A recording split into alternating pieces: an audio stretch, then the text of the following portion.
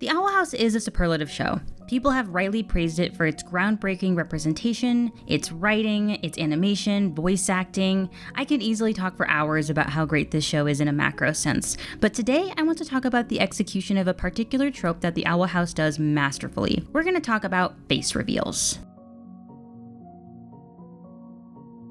Masks and masking, both literally and in a neurodivergent sense, both play huge roles in the story of the Owl House, representing everything from secrets to alternate identities to holding foreshadowing. So, it stands to reason that the crew would take great care in deploying them. Now, face reveals are nothing new in media, and in many genres within the speculative fiction box, they kind of have their own language and preset expectations depending on the assumed archetype of a character. Growing up in the 90s, this was consistent, particularly with anime. When a cool masked character or villain shows up, there's often an instant of the face getting revealed in a moment of vulnerability that shows us what the character looks like. But in a wide variety of these reveals, the conclusion is often along the lines of, oh, they're a lot cuter than I was expecting. There's often a little heteronormative romantic subtext here too, up to the point where the visual language of the pretty princess posing generally indicates a lot about what the relationship between the two characters is going to be. And for all the benefits and true banes of anime type character design, it was/is very common for the resultant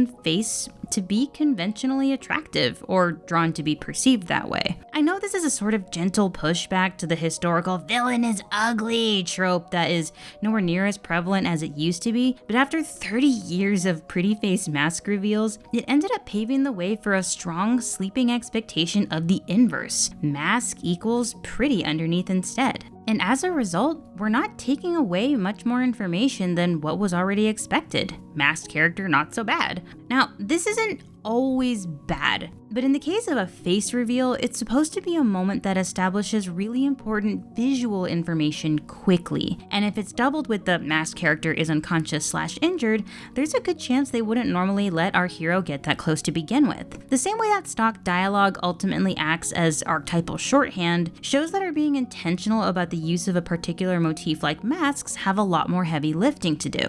Which brings me to the first big face reveal in the Owl House, Hunter.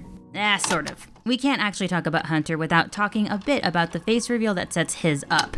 At the beginning of Season 2, Episode 6, Hunting Palisman, when Luce goes to school to participate in Palisman Adoption Day, Principal Bump reveals that his Palisman Freewin is both his staff and a disability aid, and in the process, reveals his whole face. Up till now, Principal Bump has mostly been a slightly sinister, but still goofy, stoop-backed old man. And because of how weird everything on the Boiling Isles is, it doesn't really occur to look past this part of the character design until it's revealed that his palisman is acting as a mask. And the character design choices are startling. He's got this long, silky, Sailor Moon type hair. He's missing his left eye entirely. It's been neatly stitched shut, and a long, healed scar over the other. And the pointy little fangs and this old movie star chin, the response that this seemed to universally generate was, "Oh my god, what a beautiful old man! Oh, what happened to you? How interesting!" This scene primes us directly for the reveal of the Golden Guard's face, not just by provoking a reaction, but the odd combination of traits that leads us to ask questions. Alright, with that covered, we can go back to talking about Hunter. So at this point, the Golden Guard has made his debut, and he's been set up as a genius teen prodigy. This is loaded language that anyone who grew up watching anime instantly understands. And even if you don't though, the way Lilith talks about him sets him up for this expectation well. In his introduction scene, he shows up as a cocky little asshole with a lot of bravado, but also, importantly, with some key visual indicators of power. He has a staff in one hand, a cage in the other, is wearing heavy armor, and of course, the mask. He also shows up in a 50-foot fist made of boiling salt water. Without showing us his face, the show has already laid a very strong foundation for what the audience is going to see under there. So when we get our classic moment... This is the Golden Guard? Wake up! This scene moves a lot of visual information very quickly. First, the Golden Guard's face doesn't resemble the archetypal expectation that the audience might have had based on what's been set up. If anything, we're getting a lot of traits we're not used to on a sympathetically portrayed character all at once. More on this in a second. This specific composition is actually pretty evocative of the whole princess pose, which serves as a visual shorthand to convey vulnerability and prettiness and, well, They also wisely destroy any possible interpretation of romantic subtext by giving us a disgusting sibling slap fight immediately. But the biggest takeaway from this quick scene visually is that the Golden Guard here is very young, about Luce's age, maybe a little older, a detail highlighted by our hero herself, and very vulnerable. See how his torso, heart is twisted up, the head is tipped back, and the eyebrows are scrunched up? Makes him seem quite a bit smaller looking, even though he towers over the other kids. But what does this do for our visual understanding of a scene? When expectations are subverted, the viewer is able to absorb the visual information with new eyes. To clarify, when a face reveal shows us something actually surprising, it allows us to absorb the visual details without sorting them automatically into an archetype. So, what do we see? Who is the Golden Guard without his mask, his armor, or the trappings of any of his power? Well, he has a lot of traits classically associated with unsympathetic characters to start. He has dark, heavy brows, reddish eyes, and an ashy face, an aquiline nose, and a big old gap in his teeth. He's got a torn ear, grim fucking eye bags, and a gigantic facial scar. Now, lately eye bags and facial scars have come into vogue for heroes, but not usually in combination with all those other traits. If it was just the scar or even just the ear, it wouldn't have told us much. And even here, they're startling because very few other characters in this show display eye bags or prominent scarring. Not even the mercenaries, just Principal Bump, and we'll get to him in a sec. This is all in combination with the amusing fact that he's fabulously expressive and earnest regardless of emotion, which takes the edge off of any potential ability to intimidate, and we know he's about as intimidating as a kale salad, as shown when he tries to order the Coven Scouts around at the precinct. Cute. I didn't know kids your age were still into temporary tattoos. At this point, now that whatever preconceived vision of the mysterious Golden Guard has been thoroughly blown out of the water, we're able to absorb what each individual character design choice is actually telling us. This is one busted-ass teenager. The eye bags age him and highlight that this kid is at the very least exhausted and overworked. Animation facial scars have been tacked onto characters as an aesthetic choice so often that it sort of blunts how awful they actually are, and this one, in a show largely absent of visual scarring on adults, let alone kids, Hunter's facial scar is a brutal fucking injury and the kind of thing you only get when someone is deliberately trying to hurt you, in combat or, well, what's implied to later be the actual reason. It's also pertinent to note that Bump's scars are much neater looking. His eye is carefully sewn shut, and the scar he has is much lighter and thinner. By contrast, Hunter's is huge and livid to the point where, as the owner of a few huge scars myself, I can confidently say he probably doesn't have much feeling in that side of his face, and I'm reliably told it's a miracle it's not partially paralyzed. There's also the fact it was allowed to scar like this at all. In a world where magical healing has been shown to convey away the worst of injuries like these, something that also has hideous implications, but that's not for this specific video. The ripped ear adds to this suggestion of scrappiness, like a stray dog or someone who's used to either losing fights or having to struggle to win. The gap teeth, however, is probably one of the most impactful design choices. I can't think of the last time I saw an animated character with imperfect teeth who wasn't at least mostly a comedy character, but it's played straight here and seriously underscores the childish imperfection of youth. This guy couldn't be threatening without the mask if he tried, and God, he tries. Tumblr user Circus Gaxity left a tag on the original post I made about this that I think sums all of this up perfectly. The gap is so childish and makes him 100% less menacing. We suddenly go from a young, overconfident Belos lackey to me in middle school. One of the things that struck me most about watching this for the first time and watching other reaction videos, a lot of different ages and demographics to get a decent sample size, was the incredible consistency of the response to all of this visual information. Almost every single one of them had some variant or combination of these thoughts.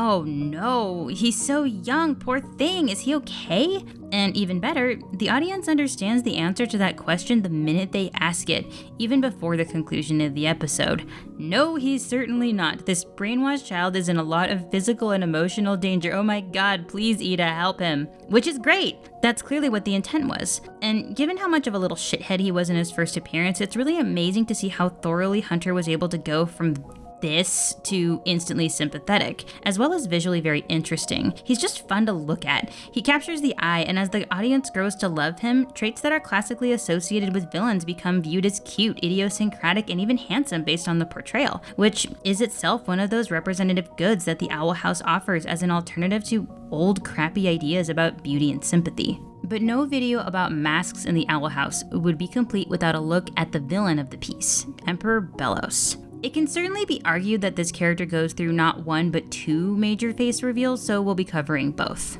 Emperor Belos is introduced to us as a distant figure in Season 1, and his design is engineered with symbols of power, imprisonment, and crusader righteousness. We first see him hunched over and gasping for air beneath the stuttering beat of a gigantic wrought green heart, unnaturally plugged up, which immediately gives the impression that not only is something deeply fucked here, it ought not be at all. This guy is well past his expiration date, and the first thing we see him do is drip a broken palisman into unnaturally glowing blue eyes, a sharp contrast to most of the eye colors represented in the Boiling Isles, as most people seem to have a warm eye color, and his eerie blue is the color we come to associate with him, even over the reddish color that supplies his magic. His costume's motifs are a creepy combination of a pope, a deer, and an iron fucking maiden. Combined with the armored gauntlets and his unique staff, what we're getting is this incredible facade that sums up the themes of religious power, torture, and imprisonment. With the deer bird motif of the mask, we also get the heraldic meaning of the deer, generally sacrifice and Christian martyrdom,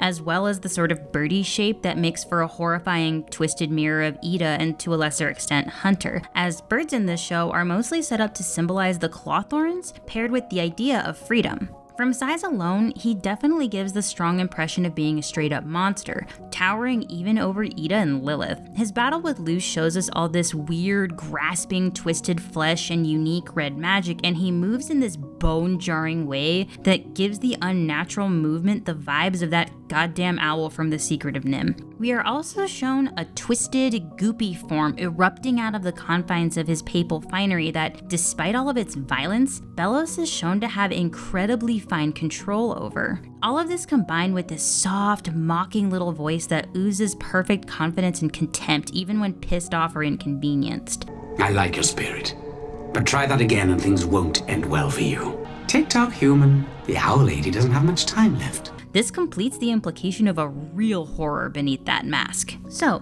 the audience has been fully set up to expect some big Ghibli goop monster beast. And in Season 2, Episode 9, Eclipse Lake, the audience is surprised with the reveal of Belos' human face. So, without all of his papal crusader trappings, what do we see? Well, he turns around and shows us the kindly, if magic-ravaged face of an old white man. He's got unhealthy-looking eye bags, cracked grandpa lips, and tired, hooded blue eyes. Of course, this face isn't without its what the fuck moments, notably that nasty looking magical rot all over his face that sort of gives this tacit confirmation of a curse mark in addition to making him look older. This rot here is almost tree-like in its quality with the texture and gross little holes. His eyes are heavy and blue, and they're also unique in that there's literally no light reflecting out of them, giving him this dead-eyed, hollow appearance. And finally, there's his ears. The important takeaway is that they're not quite right, and they make you look twice. They're much smaller than the ears of every other witch in the show, and the little cut in the left ear on top of that serves as a tool to draw the similarities between Belos and Hunter while also emphasizing that it is a cut, leading many people to the ultimately correct conclusion that he hacked his ears into shape himself to better fit in with the Boiling Isles, and subsequently nudge the audience to the truth of his identity. The rest of the scene is used to pull the viewer further along that track by lining up shots in a way that the viewer can compare and contrast Belos and Hunter trait for trait. The ear, the eyes, the nose, and even the hair colors. So this scene works very well as both an effective reveal, but also a lever to move the plot and mystery along while also pointing out a sort of human face. It's important to note that this reveal is performing two major tasks at once, revealing Belos' face, but also making every possible choice to make sure the audience notices the visual similarities between his face and Hunter's. This scene gutted me a bit, because most of the Emperor's Coven and honestly the Boiling Isles gets this monstrous external figure that makes either the terrifying overlord or a powerful enemy. But this old man face is the one Hunter sees and fears disappointing. Someone you can imagine an isolated child soldier loving and admiring despite everything. Now, it's Belos' humanity and human flaws that make him a compelling, walking case of tragic irony and a villain. But the trick here is that the human face revealed to the audience is less reflective of his identity than the monstrous reveal of Hollow Mind. Belos' human face, in addition to being what he thinks of as his true face, is one of a number of tools that he uses to get the edge over the people he wants to control, be it Hunter or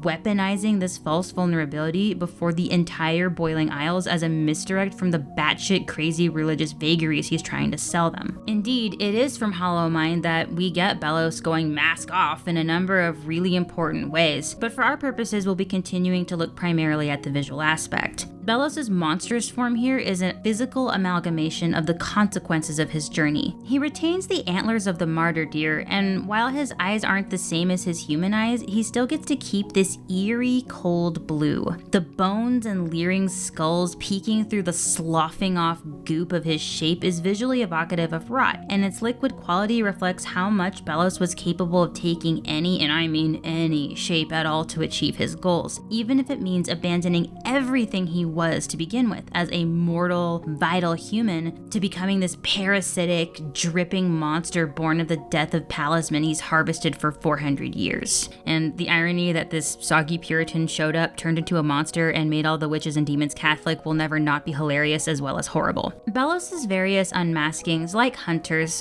play really well against the expectation of what a mask in a story does. For Belos, the relatively tame reveal of his human face shocked people more with the banality of the execution rather than any shock his features generated. Some people even found it a little underwhelming. However, this was the foundation for the true reveal of his monstrous condition, which, for the most part, was met with terrified choruses of "Ah, what the fuck, ah!" And given that Philip the Human here is the truest monster of this show, this feels like a well-executed example of how to reveal it right in the context of masks. The Owl House demonstrates a lot of mastery over animation and writing techniques and tropes. You could fill a book on the topic, and please, oh please, oh please let there be an art book at the end of this, please, please, please, please. But I really loved how they handled face reveals especially, and to date, the Owl House's handling of the trope is definitely my favorite. They always go the extra mile in doing more than just subverting what's become a very tired trope in visual media, by using the subverted expectation to make the visual exposition interesting, as well as move the plot along to incredible dramatic effect, while sprinkling in key details without the use of verbal exposition.